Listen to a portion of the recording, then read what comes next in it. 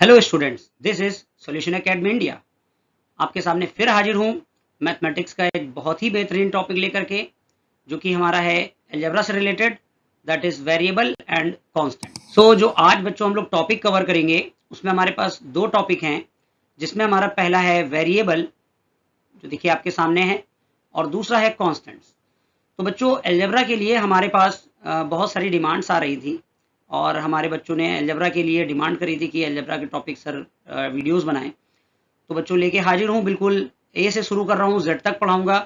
लगातार बने रहिए और अलजेब्रा को सीखिए। तो देखिए अलजेब्रा की सबसे बेसिक यूनिट हमारी जो होती है वो होती है वेरिएबल, यानी कि हमें सबसे पहले नॉलेज होनी चाहिए वेरिएबल को। तो वेरिएबल्स क्या हैं? वेरिएबल्स हमारे देखिए यहाँ पे लिखे हुए, variables are symbols used to represent number, quantities और अदर मैथमेटिकल ऑब्जेक्ट्स। वेरिएबल जो बच्चों लफ्ज है, वेरिएबल जो वर्ड है, इस वर्ड का को आप वेरी से समझ सकते हैं। वेरी का मतलब होता है इंक्रीज और डिक्रीज करना। तो बच्चों जैसे एग्जांपल के तौर पे अगर हम टेम्परेचर की बात करें, तो टेम्परेचर एक ऐसी क्वांटिटी है जो हर वक्त बदलती रहती है, फिक्स्ड नहीं है, जो वेरी करती रहती है। अगर मंडे का टेम्परेचर की बात करें, ट्यूसडे के टेम्परेचर की बात करें, ठीक है, इसी तरीके से पूरे वीक के टेम्परेचर की बात करें तो टेम्परेचर फिक्स नहीं रहता है, कुछ ना कुछ बढ़ता घटता रहता है। और इसके साथ वो जरूरी नहीं है पर डे इंक्रीज डिक्रीज हो, वो हर आवर्स, ठीक है, हर घंटे पर वो इंक्रीज डिक्रीज हो सकता है। तो इसलिए अगर हमें कोई एक फिक्स्ड नंबर कहना हो या कोई भी चीज कहनी हो कि आज टेम्परेचर क्या है या इस समय पर टेम्परेचर क्या है, उस समय की वैल्यू को हम एक्स कह सकते हैं या वाई कह सकते हैं। इट डिपेंड्स ऑन सिचुएशन कि हम वेरिएबल कैसा इस्तेमाल कर रहे हैं। तो बच्चों वेरिएबल एक बड़ा इंपॉर्टेंट टर्म है अलजेब्रा का। तो वेरिएबल्स को हम डिनोट किससे करते हैं? तो देखिए यहाँ पर लिखा हुआ है, variables are denoted by the letters X Y Z P Q R S, और भी बहुत सारे सिंबल्स हमारे हो सकते हैं। तो ये डिपेंड करता है कि बुक में वेरिएबल किस चीज से डिनोट किया गया है। तो देखिए बच्चों, हमको जो है किताबों में या हमारे पास जहां पर भी जो चीज है, हमें जब भी अलजेब्रिक चीजें दिखाई दे तो उसमें आपको इसी तरीके के सिंबल्स दिखाई देंगे, ठीक है। तो वेरिएबल एक बड़ा इंपॉर्टेंट टर्म है हमारे पूरी अलजेब्रा का, क्योंकि पूरी अलजेब्रा हमारे वेरिएबल पर ही बेस्ड है। तो देखिए हमारे इसी तरीके से वेरिएबल के दो टाइप होते हैं बच्चों, एक होता है डिपेंडेंट वेरिएबल और एक होता है इंडिपेंडेंट वेरिएबल। इस कैटेगरी में हमने पहले इंडिपेंडेंट वेरिएबल पढ़ना है और फिर उसके बाद हम डिपेंडेंट वेरिएबल के बारे में बात करेंगे। अब यहाँ पर बात आती है कि इंडिपेंडेंट वेरिएबल क्या होता है, ठीक है, और डिपेंडेंट वेरिएबल क्या होता है। तो हम लोग इसको बहुत डिटेल में जानेंगे। चलिए आगे चलते हैं। तो बच्चों देखिए यहाँ पर एग्जाम्पल है, देखिए y is equal to F X, ये बच्चों एक फंक्शन का रिलेशन लिखा हुआ है जो हमारा y is equal to F X के फॉर्म में लिखा हुआ है यहाँ पर। तो देखिए यहाँ पर x हमारा इंडिपेंडेंट वेरिएबल है और y हमारा डिपेंडेंट वेरिएबल है। आप ऐसे समझ सकते हो, इंडिपेंडेंट वेरिएबल वो वेरिएबल होता है जिसको हम अपनी इच्छा से कुछ भी ले सकते हैं, यानी कि उस पर किसी की जोर जबरदस्ती नहीं है। आपका जो मन हो आप वो वैल्यू पुट अप कर सकते हैं। तो जैसा कि हमारा जो यूनिवर्स है हमारे नंबर्स का, जिसको रियल नंबर कहते हैं, तो रियल नंबर की भी कैटेगरी है। अगर आप कहेंगे मैं इस पर भी वीडियो बना दूंगा, बिल्कुल कैटेगराइज। तो बच्चों जो हमारे रियल नंबर हैं, तो हमारा जो एक्स होगा वो रियल नंबर है, यानी कि इसमें आपको कोई भी बाउंडेशन नहीं है। आप पूरे यूनिवर्स में से जो नंबर का यूनिवर्स है, जिसको हम रियल नंबर कहते हैं, उसको जो है आप कोई भी वैल्यू उसमें पुटअप कर सकते हैं। जब आप x की वैल्यू फंक्शन में रखेंगे तब बच्चों आपको y की वैल्यू मिलेगी। तो हमें यह ध्यान रखना है कि जब हम वैल्यू पुटअप करें तो जो उसके कैलकुलेशंस है वो पूरे करेंगे, तभी हमारी y की वैल्यू आएगी। इसका मतलब x हमारा इंडिपेंडेंट वेरिएबल हो गया और y हमारा डिपेंडेंट वेरिएबल हो गया। y डिपेंड कर रहा है किस पर? x पर। तो देखिए इसी तौर पर हमने एक एग्जांपल लिया है आपके सामने बच्चों। देखिए ये लिखा है, if y is equal to 2x plus 3। तो बेटा यहाँ पे देखिए putting x is equal to 0, ये आपकी चॉइस है। जरूरी नहीं है कि आप यहाँ पर कुछ मतलब 0 ही रखें, आप 1 रख सकते हैं, -1 रख सकते हैं, 2 रख सकते हैं, 1/2 रख सकते हैं, ठीक है, ये आपकी चॉइस है। लेकिन हाँ, जब आप x की वैल्यू पुटअप करेंगे तभी आपको बच्चों y की वैल्यू मिलेगी। देखिए यहाँ पर मैंने y की वैल्यू निकाली है। ये देखिए x के प्लेस पे हमने 2 रखा, सॉरी x के प्लेस पे 0 रखा, यानी कि 2 इंटू 0 प्लस 3। तो जब बच्चों 0 का मल्टीप्लाई किसी नंबर से होता है वो 0 हो जाता है plus 3, so that is 3। Similarly putting x is equal to 1, जैसा कि बच्चों मैंने पहले कहा कि आप कोई भी वैल्यू रख सकते हैं। मैंने यहाँ पर केवल 2 वैल्यू लेकर के रखा है। तो x इज इक्वल टू जब आप 1 रखेंगे तो बच्चों देखिए यहाँ पर आपको क्या मिलेगा, y is equal to 2 into 1 plus 3। तो बच्चों 2 का मल्टीप्लाई जब हमारा 1 से होगा सो दैट इज 2, और 3 यहाँ पर लिखा हुआ है, so that is 2 plus 3 is equal to 5। तो स्टूडेंट आप ये ध्यान रखिएगा, यहाँ पर हम x की कोई भी वैल्यू ले सकते हैं। ठीक है, आप चाहे तो प्रैक्टिस कर लीजिए, चाहे तो आप x की वैल्यू यहाँ पर आप x की वैल्यू कुछ भी रख लीजिए, जैसे माइनस में चाहे तो रख लीजिए। ठीक है, तो यहाँ जैसे x इज इक्वल टू आप यहाँ पे माइनस का 3 रख लीजिए। तो बच्चों जब आप -3 रखेंगे 2 के साथ तो बच्चों y की वैल्यू तुम्हारे पास क्या आ जाएगी, तो -6 और प्लस का 3। तो बच्चों हमारे पास y इज इक्वल टू आ जाएगा -3।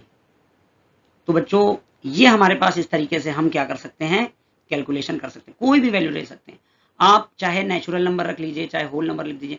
अगर मैंने इसमें रियल नंबर बोल दिया है तो रियल नंबर का मतलब जितने भी नंबर हमारे होते हैं, natural number, whole number, rational number, जो भी हैं, ये सारे के सारे इसमें कवर हो जाएंगे। तो छोटे बच्चों के लिए जो हमारे 6, 7, 8 में बच्चे हैं उनको थोड़ा सा अगर रियल नंबर या रेशनल नंबर या नेचुरल नंबर में कोई परेशानी है तो आप हमसे बताइए, मैं वीडियो बनाऊंगा। और जो बच्चे हमारे 9, 10 के हैं उनको भी ये समझना चाहिए कि हमारे बच्चे ये समझे कि वेरिएबल क्या होता है। वेरिएबल कोई बहुत खतरनाक चीज़ नहीं है। वेरिएबल केवल एक रिप्रेजेंटेशन है किसी एक ग्रुप ऑफ इंफॉर्मेशन को रिप्रेजेंट करने का। ठीक है, वेरिएबल केवल एक तरीका है। हम कितनी वैल्यूज याद रख सकते हैं, नहीं याद रख सकते, उसको एक कलेक्टिवली हम नाम देते हैं जो टाइम के साथ चेंज होती रहती है, जिसको कहा जाता है वेरिएबल। जैसे इंसान की एज भी वेरिएबल है, हमेशा टाइम के साथ ये क्या होती, बदलती रहती है, हर सेकंड बदलती रहती है। प्रेशर, टेम्परेचर, ये सारी की सारी क्वांटिटीज हमारी वेरिएबल क्वांटिटीज हैं और इनको रिप्रेजेंट करने के लिए हम अलग अलग सिंबल का इस्तेमाल करते हैं। तो मैथमेटिक्स में जो वेरिएबल का लेवल है वो यही सिखाया गया है, क्योंकि मैथमेटिक्स एक ऐसा सब्जेक्ट है जिसका एप्लीकेशन हर सब्जेक्ट में आपको मिलेगा, चाहे आपका वो फिजिक्स हो, चाहे वो केमिस्ट्री हो, और अदर सब्जेक्ट्स जो भी होते हैं उनमें भी इसका इस्तेमाल होता है। तो वेरिएबल एक बहुत ज़रूरी चीज़ है। तो वेरिएबल के लिए हम लोगों ने सीखा कि हमारे पास वेरिएबल डिपेंडेंट और इंडिपेंडेंट होते हैं, जैसा कि यहाँ पर दिखाया हुआ है। x हमारा इंडिपेंडेंट वेरिएबल है और y हमारा डिपेंडेंट वेरिएबल है। ठीक है बच्चों, तो चलते हैं आगे। अब हमारा अगला टॉपिक है कांस्टेंट। तो बच्चों जैसा कि जो वेरिएबल थे वो हमारे टाइम के रिस्पेक्ट में चेंज होते हैं, कांस्टेंट क्या होते हैं, वो टाइम के रिस्पेक्ट में चेंज नहीं होते हैं, जो कि फिक्स्ड क्वांटिटी होती है। जैसे मैं आपको एक छोटी सी बात बताऊं, आज की तारीख में या आज आपके पास 10 रुपए का नोट है, आप जो है 1 साल बाद उस नोट को फिर से देखिए तो देखिए वो 10 का ही नोट दिखाई देगा। या यूं सोचिए, जो आज आप जो नंबर पढ़ रहे हैं, जैसे 4 है, 5 है, 6 है, आज से 5-6 साल बाद भी वो क्या रहेगा, 4, 5, 6 ही रहेगा, ये बदलेगा नहीं। जो फिक्स्ड रहता है, टाइम के साथ वो वेरी नहीं करता है, उसको हम कहते हैं कांस्टेंट। ठीक है, तो जो हमारी कांस्टेंट देखिए यहाँ पे लिखा हुआ है, constants are the quantities which are fixed, जो कि फिक्स्ड होती हैं, और constant do not change with respect to the time. इसी तरीके से जैसे हमारे वेरिएबल के 2 टाइप थे, इसी तरीके से हमारे बच्चों कांस्टेंट के भी 2 टाइप है। पहला होता है एब्सोल्यूट कांस्टेंट और दूसरा होता है आर्बिट्रेरी कांस्टेंट। देखिए जो बच्चे छोटे क्लास के हैं उनके लिए तो एब्सोल्यूट कांस्टेंट बहुत ही आसान है, क्योंकि जब हम शुरू में मैथमेटिक्स को पढ़ना शुरू करते हैं तो हमको एब्सोल्यूट कांस्टेंट ही पढ़ाए जाते हैं, जैसा कि 1, 2, 3, 4, 5, 6, 7, 8, 9, 10। फिर जब बहुत बड़े होते हैं, थोड़ा सा और बढ़ते हैं, तो हमको 0 से पढ़ाया जाता है, दैट इज होल नंबर। हम लोग 0, 1, 2, 3, 4, 5, 6, 7, 8, 9, 10 पढ़ने लगते हैं। फिर इंटीजर्स हमारे सामने आ जाते हैं। इसी तरीके से हम ये सारे जितने भी नंबर है, फ्रैक्शंस हैं, ये सारे के सारे हमारे एब्सोल्यूट कांस्टेंट कहलाते हैं।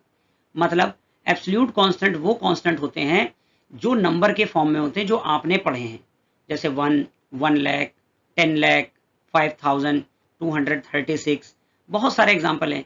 वो पॉजिटिव भी हो सकते हैं और नेगेटिव भी हो सकते हैं। और ध्यान रखिएगा 0 भी एक हमारा एब्सोल्यूट कांस्टेंट है। क्लियर है? तो 0 भी एब्सोल्यूट कांस्टेंट है। तो कांस्टेंट का लेवल ये है कि कांस्टेंट हमारे टाइम के साथ कभी भी चेंज नहीं होते हैं, ये फिक्स्ड होते हैं। अब यहाँ पर जो दूसरी कैटेगरी बच्चों लिखी हुई है जो कि हमारी आर्बिट्रेरी कांस्टेंट है, तो इसके बारे में मैं आपको अभी एक्सप्लेन करूंगा सारी चीजें, ठीक है। ये थोड़ा सा जो आर्बिट्रेरी कांस्टेंट है ये थोड़ा बड़े बच्चों के लिए है। इस आर्बिट्रेरी कांस्टेंट को समझने जो बच्चे अभी भी समझ लेंगे तो उनके लिए बहुत अच्छी बात है, लेकिन बच्चों इसका सबसे ज्यादा इस्तेमाल आपका क्लास 9, 10, 11, 12 और ज्यादातर मेजरली हम 11, 12 में इसका इस्तेमाल करते हैं, ठीक है। तो बच्चों ये जो हमारा आर्बिट्रेरी कांस्टेंट है वो एक ऐसा कांस्टेंट होता है, ये तो कांस्टेंट तो है लेकिन एक सिचुएशन के हिसाब से ये कांस्टेंट है, ठीक है। चलिए हम लोग पहले इसको आगे देखते हैं और फिर आगे समझते हैं। तो देखिए जो हमने एब्सोल्यूट कांस्टेंट पढ़े थे, एब्सोल्यूट कांस्टेंट हमारे फिक्स्ड होते हैं। इसके एग्जांपल देखिए 1, 2, 3 ये नेचुरल नंबर्स लिखे हुए हैं। नेगेटिव में देखिए -2, -4 etcetera all the natural numbers. Natural numbers क्या होते हैं बच्चे? जो स्टार्टिंग फ्रॉम 0 होता है, सॉरी स्टार्टिंग फ्रॉम 1 होता है, ठीक है। 1, 2, 3, 4, 5। और बच्चों ध्यान रखिएगा इसको जो हम डिनोट करते हैं वो कैपिटल एन से। जैसे ही हम बड़े क्लास में पहुंचेंगे इस कैपिटल एन का मतलब आप समझ जाइएगा कि नेचुरल नंबर है। इसी तरीके से होल नंबर है, इसी को बच्चों ध्यान रखिएगा, ये कैपिटल डब्ल्यू हमारा होल नंबर होगा। इसी तरीके से इंटीजर्स को हम कैपिटल जेड से डिनोट करते हैं और इसी तरीके से रेशनल नंबर को हम कैपिटल क्यू से डिनोट करते हैं और लास्ट में रियल नंबर को हम कैपिटल आर से डिनोट करते हैं।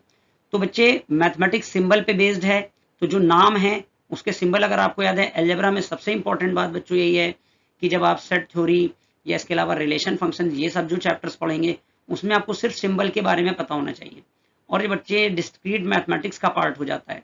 तो जब बड़े क्लास में हम लोग पहुंचेंगे तो हम लोग उसके बारे में देखेंगे। अभी हम लोग बिगनर्स हैं, तो बच्चों मैं शुरू से लेके चल रहा हूँ, चाहे वो आप किसी भी क्लास के हों, किसी भी जगह पर हों, आपको पहले वेरिएबल और कांस्टेंट के बारे में जानकारी होनी चाहिए, फिर उसके बाद उनके सिंबॉलिक लेवल का मतलब क्या है, यानी कि सिंबल्स क्या कहते हैं। इसका सबसे अच्छा उदाहरण ये है कि जब आप ट्रैफिक में चल रहे होते हैं तो रेड का लाइट का मतलब आपको पता है, ग्रीन का पता है, ऑरेंज का पता है। इसी तरीके से बच्चों जो हमारी अलजेब्रा है, तो अलजेब्रा में आपको इन सिंबल्स का बारे में ही पता होना चाहिए। अलजेब्रा हमको कठिन इसी वजह से लगती है, कोई और दूसरी वजह नहीं है। क्यों? क्योंकि हम सिंबॉलिक लैंग्वेज को नहीं पढ़ पाते हैं और हमको पढ़ने में बड़ी दिक्कत भी होती है क्योंकि हमें प्रैक्टिस नहीं होती है। तो बहुत ही आसान तरीका है बच्चों, लगातार आप बने रहिए। तो इस तरीके से हम यहाँ पर जो है आपके सामने आ रहे हैं, आपको चीज़ें बता रहे हैं। तो आप हमारे वीडियो को हमारे चैनल को सब्सक्राइब करिए, हमारे वीडियो को लाइक करिए, शेयर करिए। और जो नीडफुल बच्चे हैं जिनको वास्तविकता में कुछ अच्छा सीखना है तो बच्चे हमारी वीडियो को देख करके कुछ सीख सकते हैं। चलिए आगे चलते हैं, इसके बारे में और अधिक जानते हैं। एब्सोल्यूट के बारे में हो गया, अब हम लोग देखेंगे आर्बिट्रेरी कांस्टेंट। तो बच्चों arbitrary constant which are fixed at a particular condition, एक कुछ कंडीशन के लिए फिक्स होते हैं। और जो आर्बिट्रेरी कांस्टेंट होते हैं they can take any real value, वो कोई भी एक रियल वैल्यू ले सकते हैं। Arbitrary constant depends on the boundary और इनिशियल कंडीशन। देखिए बच्चों, ये यहाँ पर ये बात लिखी हुई है, एक बाउंड्री प्रॉब्लम जो है, बाउंड्री प्रॉब्लम और इनिशियल कंडीशन क्या होती है, ये बच्चों क्लास 11, 12 के लिए थोड़ा सा इंपॉर्टेंट है, ठीक है। और इनको हम लिख सकते हैं capital A, capital B, capital C से। तो बच्चों ध्यान रखिएगा, यहाँ पर मैं थोड़ा सा आपको लेवल बढ़ा रहा हूँ। जो बच्चे क्लास 10th में, जाहिर सी बात है वो 11th में जाएंगे ही और उनको इसकी ज़रूरत तुरंत पड़ेगी। तो जैसा कि यहाँ पर ध्यान रखिएगा, ये जो बाउंड्री वैल्यू होती है, जैसा कि एक बात ये समझिएगा कि हमारे बच्चों ने केमिस्ट्री में मोल कॉन्सेप्ट पढ़ा होगा, तो मोल कॉन्सेप्ट में ध्यान रखिएगा, या जो भी हमारी रिएक्शंस होती हैं, एक एग्जाम्पल के तौर पे ले रहा हूँ, ठीक है। तो उसमें रिएक्शन में होता क्या है कि अगर हम कोई रिएक्टेंट लेते हैं तो कुछ समय के बाद वो क्या बनता है, प्रोडक्ट बनता है। तुरंत रिएक्टेंट से प्रोडक्ट नहीं बनते। तो यही इनिशियल कंडीशन कहलाती है कि रिएक्टेंट जब रिएक्ट नहीं किया था तो प्रोडक्ट की क्वांटिटी क्या थी, ठीक है। तो इस तरीके से हम ये समझ सकते हैं।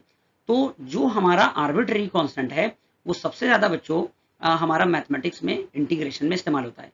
और इंटीग्रेशन का इस्तेमाल जो आपका टॉपिक है केमिकल काइनेटिक्स जैसा, उसमें इस्तेमाल होता है आपका रेट ऑफ रिएक्शन या दूसरी इधर चीजें निकालने के लिए।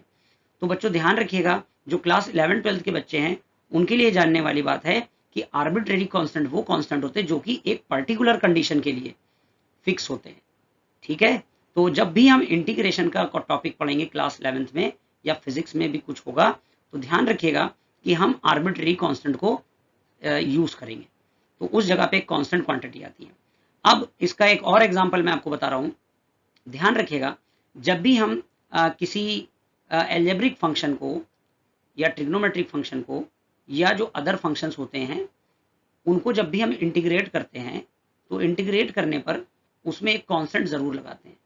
उस कांस्टेंट को ही हम आर्बिट्रेरी कांस्टेंट कहते हैं, ठीक है। और उस आर्बिट्रेरी कांस्टेंट को फाइंड करने का तरीका होता है जिसको हम इनिशियल कंडीशन के नाम से जानते हैं। तो बच्चों, इसी तरीके से आगे की बड़ी क्लासेस में आपको इसके बारे में और अधिक जानकारी दूंगा। अगर किसी बच्चे को क्लास 11th या 12th या उसके बाद के जो स्टूडेंट्स हैं, अगर आपको आर्बिट्रेरी कांस्टेंट पे वीडियो चाहिए तो मैं उसको बहुत ही डिटेल में एक्सप्लेन करूंगा और आपके सामने हाजिर हूँगा। तो बच्चों, आज की वीडियो में बस इतना ही। हमारे चैनल को सब्सक्राइब कीजिए, लाइक कीजिए, और जो नीडफुल बच्चे हैं उनको आप इस वीडियो को दीजिए, और इस वीडियो के माध्यम से आप किसी भी क्लास के लेवल की आप मैथमेटिक्स को पढ़ सकते हैं और कोई भी क्लास के लेवल का टॉपिक आप हमसे पढ़ सकते हैं, ठीक है। आज की वीडियो में इतना ही। Thank you very much.